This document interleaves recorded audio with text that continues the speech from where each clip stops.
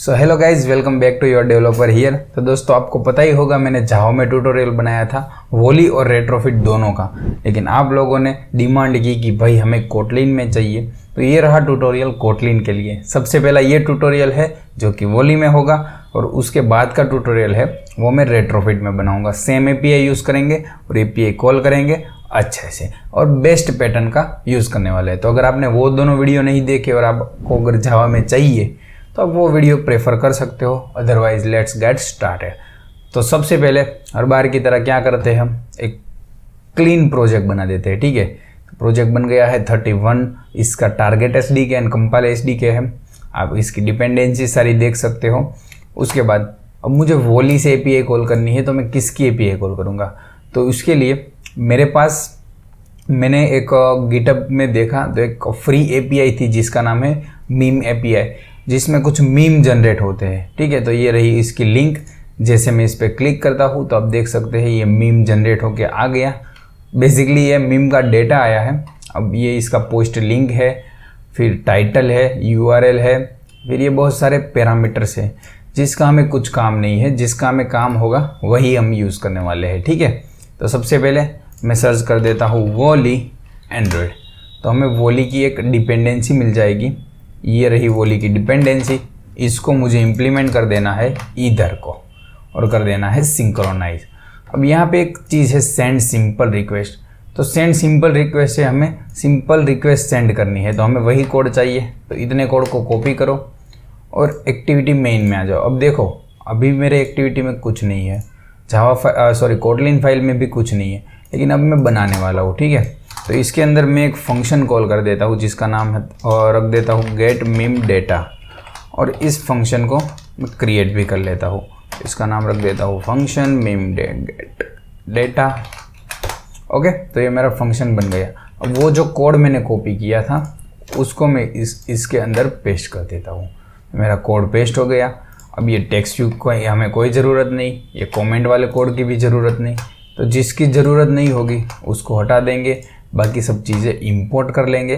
और अब इंपोर्ट करो तब देख लेना ये वोली का ही है जो आप इंपोर्ट कर रहे हो, अदरवाइज़ आपको एरर फेस करनी पड़ सकती है। ओके, इस टेक्स्ट व्यू का भी हमें कोई ज़रूरत नहीं, ये वाले की भी ज़रूरत नहीं।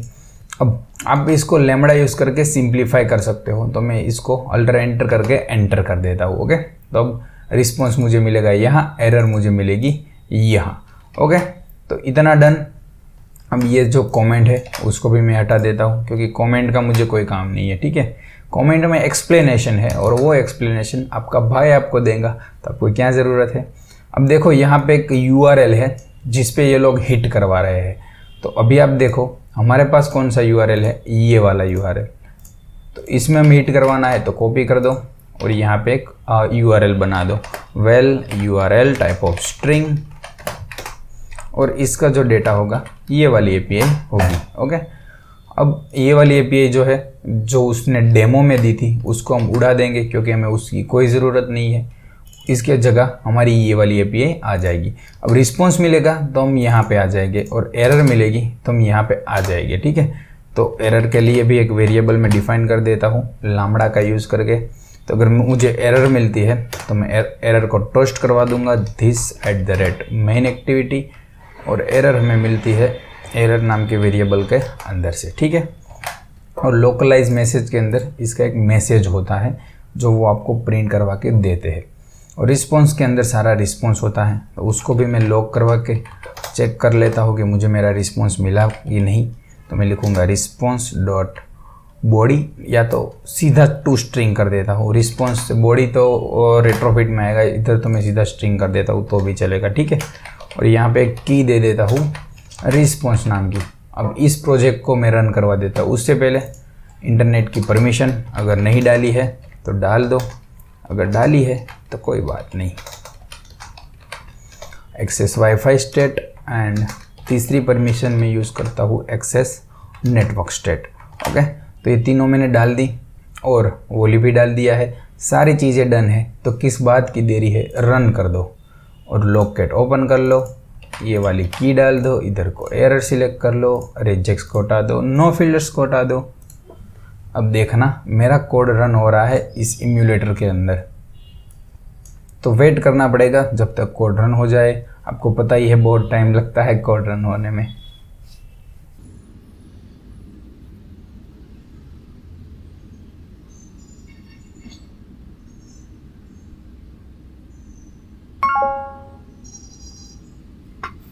ओके, तो आप देख सकते हैं मुझे मेरा डेटा मिल गया जो कि यहाँ पे था।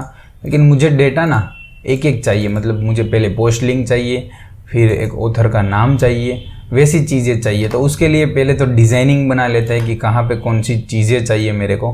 तो इस टेक्स्ट व्यू को मैं हटा देता हूँ और इसके अंदर मैं ले लेता हूँ हमारा एक प्यारा सा लीनियर लेआउट, जिसकी ओरिएंटेशन कर देंगे वर्टिकल, ग्रेविटी कर देंगे सेंटर।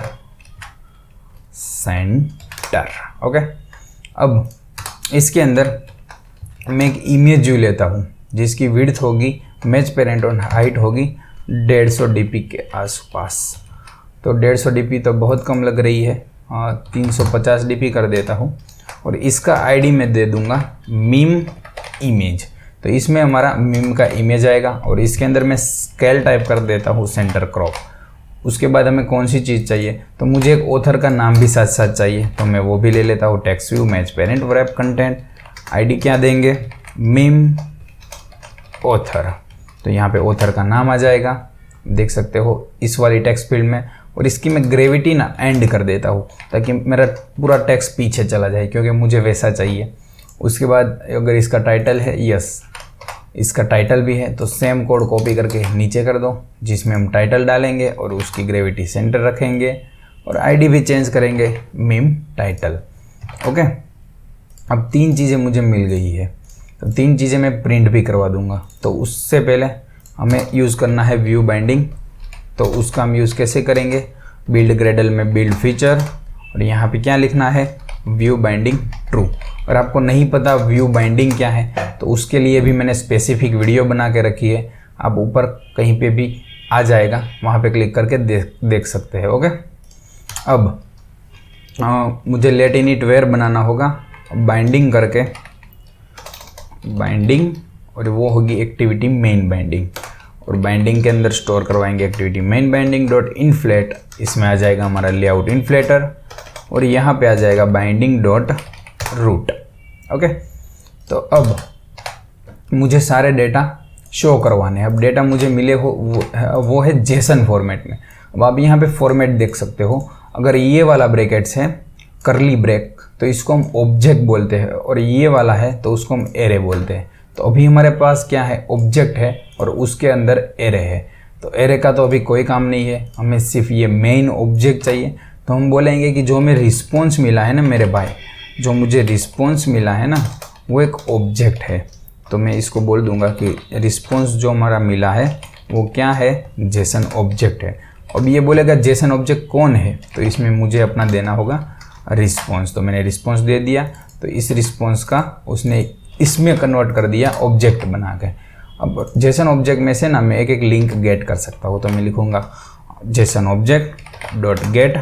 अब मुझे क्या चाहिए, तो चलो सबसे पहले मैं टाइटल ले लेता हूँ, उसके बाद मैं ले लेता हूँ URL। तो कंट्रोल D से पेस्ट किया मैंने नीचे की लाइन में, URL ले लिया। अब मुझे क्या चाहिए, अब मुझे चाहिए पोस्ट का लिंक भी चाहिए, तो मैं कंट्रोल D करके पोस्ट का लिंक ले लिया। और ऑथर का नाम मैंने नहीं लिया है, ओके, तो उसको भी ले लेते हैं कंट्रोल D ऑथर नेम। अब हमारे पास बाइंडिंग डॉट मीम टाइटल है, टाइटल सेट करने के लिए। तो मैं लिखूँगा कि उसका टाइटल सेट कर दो, लेकिन टेक्स्ट का डेटा आएगा कहाँ से, जो टाइटल है उसका डेटा आएगा इससे। तो इसको इधर को लिख दो सिंपली। अब यहाँ पे गेट लिखा हुआ है तो ये ऑब्जेक्ट गेट करेगा, तो लेकिन हमें क्या चाहिए, गेट स्ट्रिंग। तो इसको कर देना है गेट स्ट्रिंग। तो जैसे इसका किया वैसे हम किसका कर सकते हैं, मीम टाइटल का किया वैसे हम कर सकते हैं मीम ऑथर का। तो मैं लिखूँगा मीम ऑथर डॉट टेक्स्ट, और इसका टेक्स्ट भी कहाँ से आएगा, ये रहा जो हमने ऑलरेडी स्टोर करवा रखा है, ठीक है। और उसमें भी सेम चीज़ गेट स्ट्रिंग आएगा।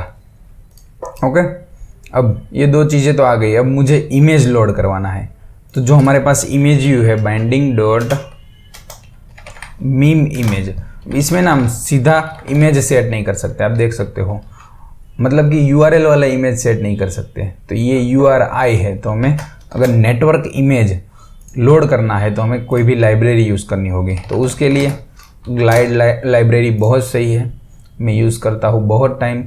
तो वही आप क्या करें, ग्लाइड एंड्रॉयड लिख के सर्च कर दें और आपको उसकी डिपेंडेंसी पेस्ट कर देनी है, सिंक्रोनाइज कर दो और यहाँ पे एक लाइन मिल जाएगी। अब देखना इस लाइन को और मैं जो लिख रहा हूँ उसको। तो इस लाइन को कमेंट कर देता हूँ और यहाँ पे हमें लिखना होगा ग्लाइड। अभी डिपेंडेंसी ऐड हो रही है तो हमें थोड़ा टाइम लगेगा। ओके, तो मेरी डिपेंडेंसी ऐड हो गई। अब मैं लिखूँगा ग्लाइड डॉट, क्या लिखना है आप देख सकते हैं यहाँ पे लिखा है विथ, उसके बाद लोड। तो पहला जो है विथ वो है कॉन्टेक्स्ट के लिए। तो मेरा कॉन्टेक्स्ट है दिस डॉट मेन एक्टिविटी। उसके बाद क्या है आप देख सकते हो लोड। तो लोड के अंदर है URL। आप देख सकते हैं यहाँ पे इसने किसी का URL लोड किया है, ये वाला। तो हम क्या करेंगे, हम हमारा URL लोड करेंगे। तो हमारा URL कहाँ से मिलता है, मुझे यहाँ से मिलता है। तो इसको मैं कट करके पेस्ट कर देता हूँ। उसको मैं करना है इनटू, मतलब किसके अंदर लोड करना है, तो मुझे करना है बाइंडिंग डॉट मीम इमेज के अंदर लोड। तो इतना होने के बाद हम इसको रन करेंगे और देखेंगे कि क्या इश्यू है या तो कुछ चल रहा है कि नहीं। तो ये देख लेता हूँ क्या इश्यू है।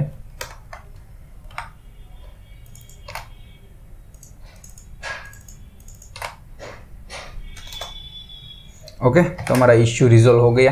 एंड्रॉइड स्टूडियो का बग था। इस लाइन को हटा के मैं कर देता हूँ रन।